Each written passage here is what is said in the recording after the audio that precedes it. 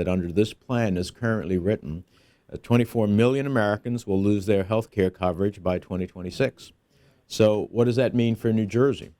Well, using the same data that New Jersey Policy Perspective has, it estimates that nearly 500,000 people across our state will lose their insurance coverage in the next 3 years alone. And I met some of those New Jerseyans last week. Take Barbara, a 60-year-old woman from Basking Ridge. To Speaker Ryan, I would like to say this. Just as you and your fellow congressmen are eligible for, no, let me say this correctly, you're entitled to government subsidy for your health care. The ACA has done that for me, and so it's made health care affordable for me.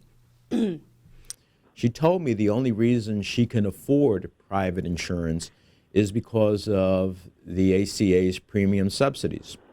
But under the GOP plan, those subsidies are shifted to wealthy people who don't need the help.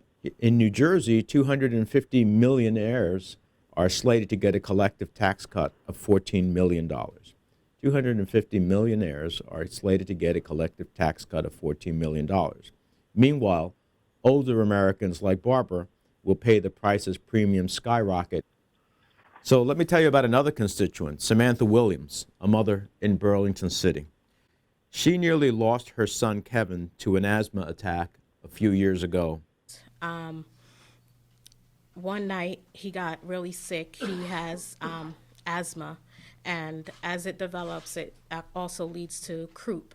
I did hesitate to take him to the hospital because we had no insurance, and I didn't know how I was going to pay for it all. And eventually it got to the point that I had to take him. And when I did, the doctor told me that if I had waited just 5 more minutes, my son Zachary would not have made it. The expansion, it meant a lot. It meant that he was able to get the treatment that he needed. It meant that he was able to get the medication that he needed. And for me, it meant that my son is here today.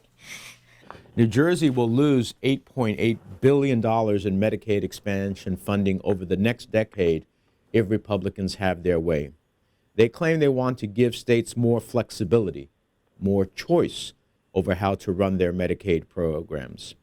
But when you rob states of $880 billion in Medicaid funding over the next decade, governors and legislators will have no choice but to cover fewer people, to cut services for the disabled, to deny elderly patients nursing home care, to cover fewer low-income kids like Kevin, kids who deserve a fair shot at the American dream. You have, the CBO savings is largely because you're going to shift $880 billion worth of costs to the states. That's going to mean less people on Medicaid. It's going to mean a budget, exacerbating the budget crisis. It's going to mean less opportunities to help people beat the addiction on opioids. It's going to mean greater challenges for families as they try to take care of a loved one in a nursing home and the intergenerational challenges that poses. It's just a series of incredibly bad news across the board. This legislation is cruel, it is misguided, and it must be defeated.